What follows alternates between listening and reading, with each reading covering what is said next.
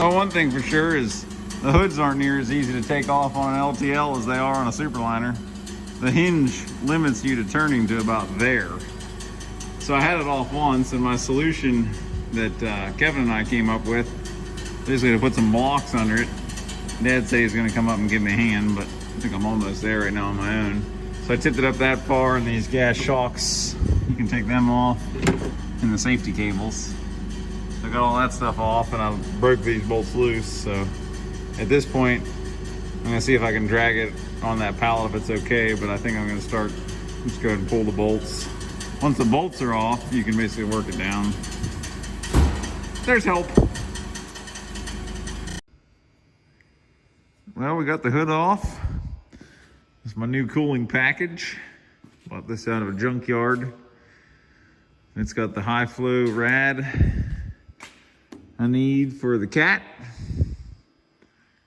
and the air-to-air intercooler, and it seems that it still has the condenser on the front. I haven't lifted it up yet. But the radiator looks like it's in really good shape. I just cut the bands off the pallet.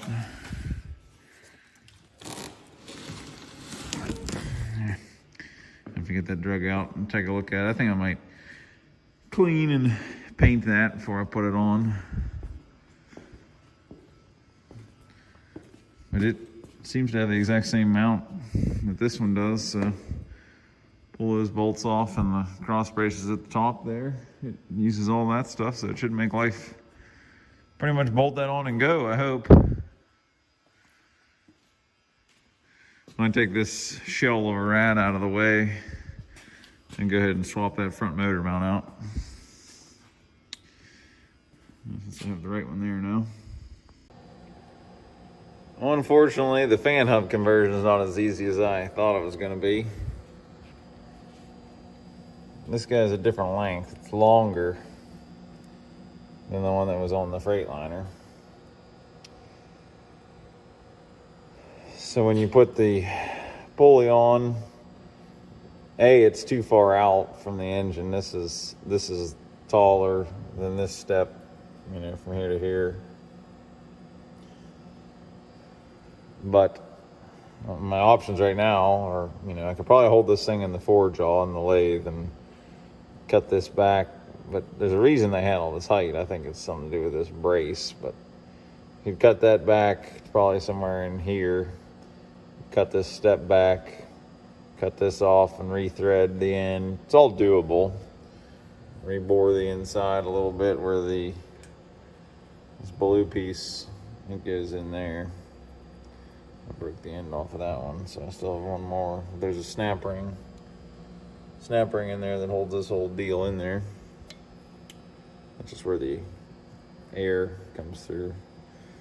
So this is some sort of, you know, I don't know, some sort of ceramic to wear. It's like a mechanical seal, I guess, more or less, while that's spinning.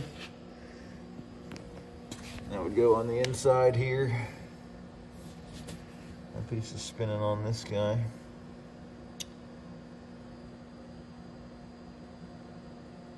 But I don't know. That's the V-belt pulley. I don't know where I lost the serpentine pulley to. Oh, there you go.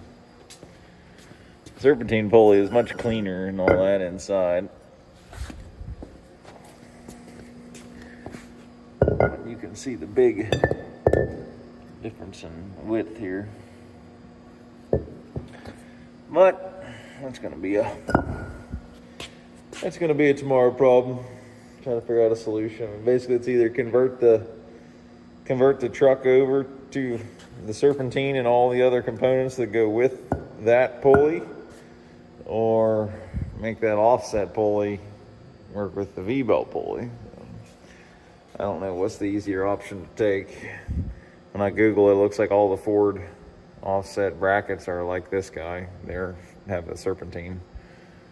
I'm not sure exactly how that works. I think the serpentine may only go from the crankshaft to the fan, and then these are still V-belts.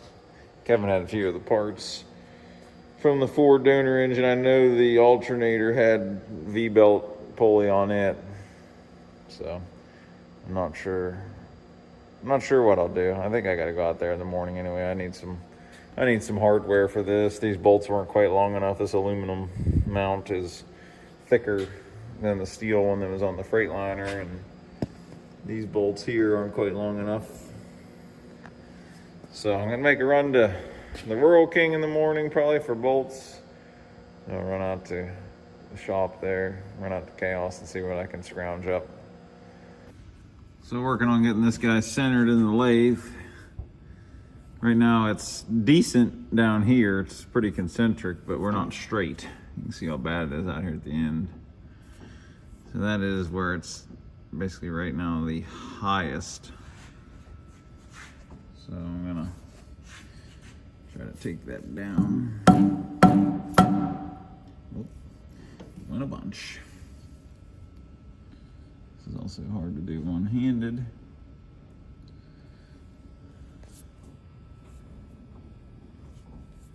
It's still high in that area right there.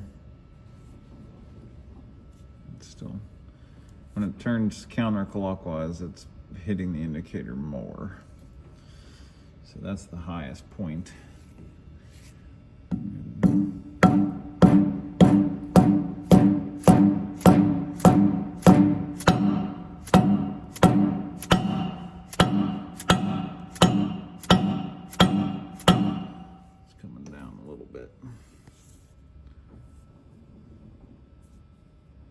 A little better. I'll keep working at it.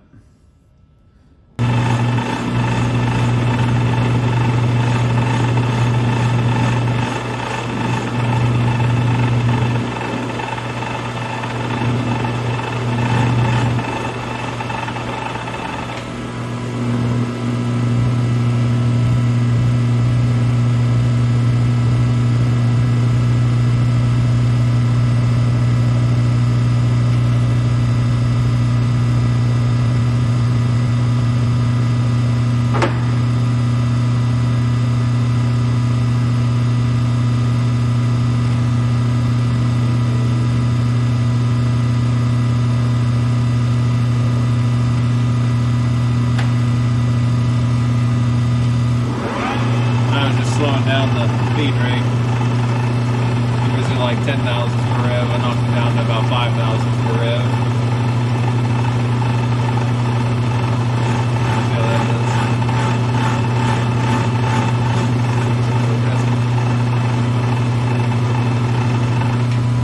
The main concern is having this thing jump out of the lathe. It's not in there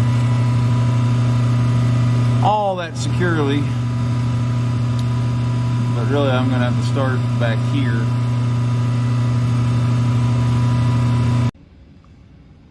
Well, managed to hit it right on the nose. 1.771 thousandths, which is, right, I mean, we're right there. We're within a couple tenths, I would say, of each other's diameter. And they're relatively concentric. Pretty close, so we may want to take a hair off, but it's going to go down a little as I polish it too. So the couple, thou or so that it's out of concentric with the original diameter, it'll be okay. Those bearings aren't super tight tolerance either, so it'll ride. So step one is about complete. So to measure where this step goes, I measured the old Freightliner hub, and I did kind of park this truck on top of myself. This is handy. I said, I don't need the lathe on that project at all. Wrong.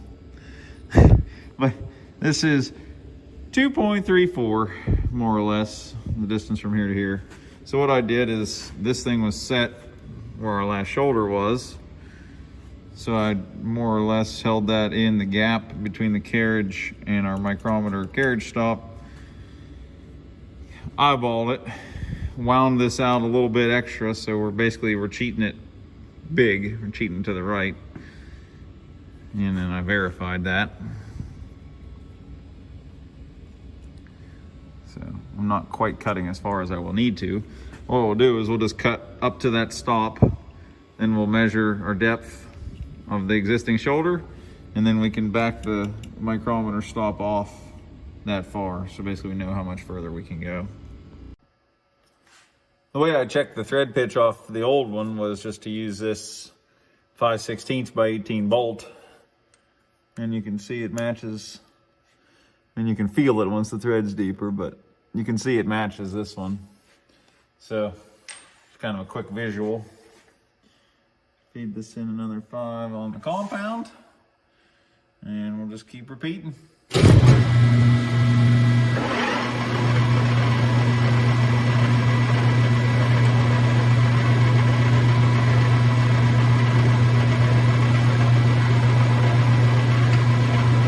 Helps when you push cross-side in. Whoopsies.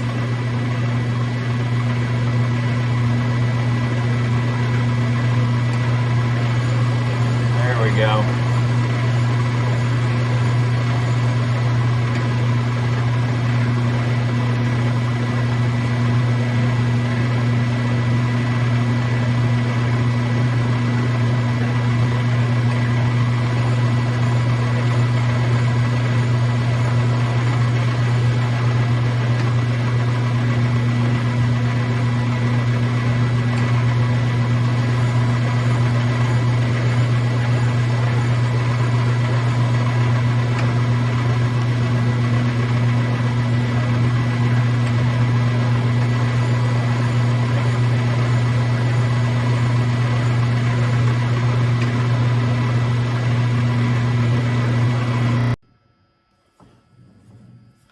Cheating. Make sure I can run this nut on. I mean, I'm doing it by hand here with the lathe. I think we got her. I think that wraps this project up. Now hopefully it all just works. I'm gonna give her one little test assembly before I take it out of the lathe. Got everything mocked up. I had this together. It does work. The tricky part is when you slide that front plate on, those splines have to line up with the hub for the fan. And if you look, they're not basically a multiple of, 8, whatever number of holes there are. So you have to, it only goes one way. Basically, it only lines up in one spot. So what I was doing, it took forever to get it on there, right? But you have to look like where a male spline is on the hole and then line that up with a female on the fan clutch side. Had it on, bolted this on, and then I just took the air gun, put air in there and verified it all locks up, it works well. This friction material on this V-belt fan pulley had a chunk out of it here, and a broken off torque, so the serpentine setup had this guy, which is in real nice shape. So I pulled it off, and it's going to stick onto the inside a little bit. I don't see that it makes any difference. Basically, this extra friction here, because it's stepped down. Take this guy off and work on getting this broken Torx out, and then I'll put this on with all the screws. Getting close to the fun time. Got the batteries hooked back up. Got the starter wired up. I just have a pile of wires on the floor. There's 2 wires I stripped back. Over here I need to give 12 volt power to when we go to try to start it. I haven't tried to bump it yet. But I just hooked up the fuel line. Buddy's mad. Getting close to bedtime. Where are you in it, buddy? I'm gonna remake both these lines going back to the tank and this one from the primary filter up to the transfer pump, but I don't have the fittings in yet. So I made that one, I just kind of stretched it out. This one wouldn't quite go. I had some clear hose from troubleshooting before anyway. Kind of rigged this up what I had to make it work, but that way we can, when we're pumping, we should be able to see when fuel's coming out anyway. But both of these fuel filters are empty right now, so it's probably gonna take a fair bit. I'm gonna loosen up this bleeder screw too. Alrighty, we have primed the system. Took this cap off, pump till we get fuel out there. Put that cap back on, loosen this air bleed over here. Didn't take too much more pumping for fuel to start coming out there. Then I close that guy, and now you can see pushing fuel all the way back through. So we're there. And we really don't want to forget this crucial step. 10 gallons of your favorite 15W40. Right out. And that's the end of the last of the 10th gallon. Oh boy, we're ready to give this thing a whirl. I guess I hadn't showed, I did put the S480 on. Obviously nothing's hooked up yet. Even the exhaust side, that downpipe won't work. I'm gonna have to do something more like a 90 to make it in, because that one wants to go down like an angle and it hits the bell housing. So there's that. Nothing's done up here obviously, but this is a billet wheel S480. I'm probably gonna run probably the 158 housing. It's just a 132 I had laying around to stick on it for right now. I don't have a bigger one. It's gonna make all the 0 PSI boost we need for tonight's purposes. Let's see if we can make the magic happen. I'm just gonna bump the starter, see if we have any action at all here yet.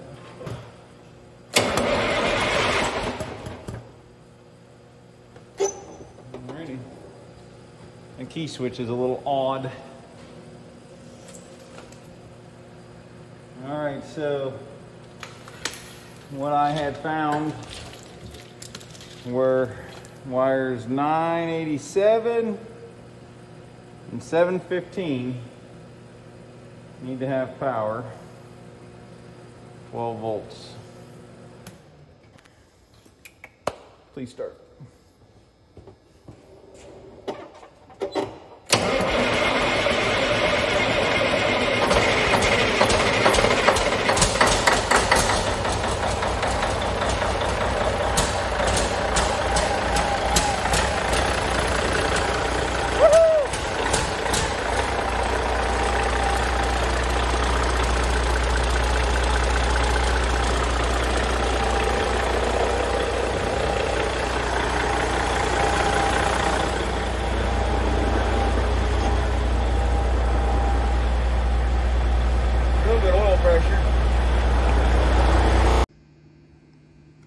I got lucky there. You could probably see in the video my intake cap that I didn't remove before starting it. Whew. She didn't go through though. It just stayed right about there. You'll have that when you get a little excited. But I didn't want to run it very long. I'm mainly just concerned with this new water pump. I didn't want to hurt that mechanical seal in there. There's a little bit of smoke coming from that thermostat housing. I'm not sure what that's about. I don't know if it was, I hope it wasn't combustion pressure coming through there. I'll just tell myself it was smoke from that mechanical seal coming up through. But we'll find out when we get to run her more. All in all, I'm happy. I didn't see any major oil leaks or anything like that. I did order a new one of these pressure lines. This had a pretty good kink in it the way it was sitting on the shelf. Kind of worried me, but this all relatively worked. It was not on this mid-rise manifold. It was on the, whatever you want to call it, the one that had it tilted down more. It was on this engine.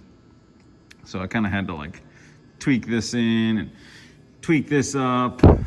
But that oil line wasn't from this either. It had a solid line. I'm not sure what that oil line was on, but I think I ordered the same one from Cat. We'll find out tomorrow when it gets here. Did that. Had to do a little tweaking on the drain line and just shorten up this hose. It's basically horizontal. I think it'll drain well enough. You got a little bit of head pressure here in the vertical. It'll be fine. It'll ride. Well, that's a wrap for the day. Thanks for watching. I figured while we're this close, we might as well go ahead and throw some new bearings in this hub. So I'm just finishing pressing in the second one of those right now.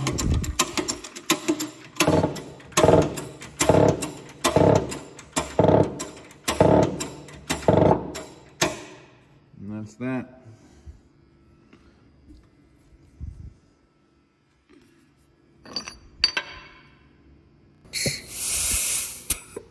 And that's the game.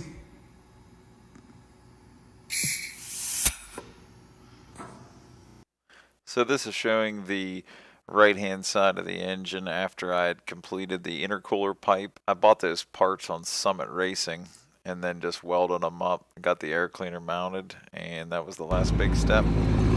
This is its maiden voyage.